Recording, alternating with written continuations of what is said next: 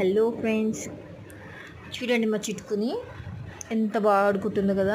దాని టేల్ చూడండి, దాని వింగ్స్ చూడండి ఎంత బ్యూటిఫుల్ కలర్గా అనిపిస్తుందో. యాక్చువల్లీ ఇది ఫీమేల్. ఇప్పుడు ఒకవేళ మేల్ అయితే మనకి ఫుల్ కలర్ వస్తుంది సార్, బాడీ కూడా ఫుల్ కలర్ వస్తుంది. దీంట్లో కూడా ఫుల్ సింగిల్ కలర్ ఉన్నాయి ఉంటాయి, కానీ ఇవి ఏంటంటే కొంచెం ఫీమేల్స్ అంటే ఇట్లా అంత అట్రాక్టివ్ ఉండవు.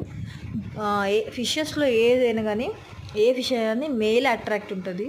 ఫిమేల్ కొంచెం డల్ ఉండడం, అంటే కలర్ డల్ ఉండడం, బ్రైట్నెస్ ఎక్కువండి. ఇప్పుడు మనుషులలో ఎక్కువ ఫిమేల్స్ అందంగా ఉంటారు కదా, చేపలలో అట్లా కాదు, మేల్సే అందంగా ఉంటాయి.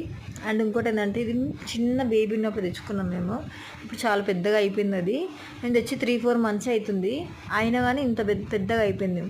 అండ్ ఇంకోటి చేపలు మంచిగా బతకాలంటే మనం చేయాల్సింది ఏంటంటే వీటికి 3 times ఫీడ్ చేయాలి. చాలామంది అంటారు 1 time సరిపోతుంది, 2 times సరిపోతుంది అని, కానీ మనం ఇట్లా 3 times తింటున్నాము. వాటి కూడా కాకపోతే లిమిట్ చేయాలి. మనం ఎట్లా డైట్ ఫాలో అవుతామో, లైట్గా తింటామో, వాటికి కూడా అట్లనే ఫాలో చేయాలి. అండ్ ఇంకోటి ఏంటంటే వాటర్ ఎప్పుడు నీట్గా ఉండాలి.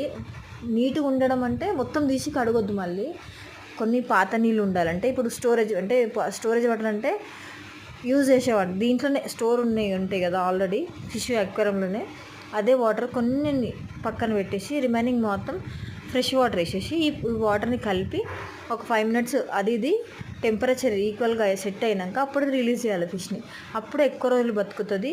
అండ్ దీని కేర్ మనం ఇష్టంతో చేస్తే అవి చాలా మంచిగా బతుకుతాయి. అందరికీ చేపలు పెంచుకోవాలని ఇష్టం ఉంటుంది, కానీ ఇవి చిన్న చిన్న మిస్టేక్స్ వల్ల చేపలు ఊరికే చచ్చిపోతుంటాయి. ఇది ఒక్క టిప్ ఫాలో అవ్వండి. వాటర్ నీట్గా ఉండాలి, ఫుడ్ 3 times చేయాలి. ఓకేనా?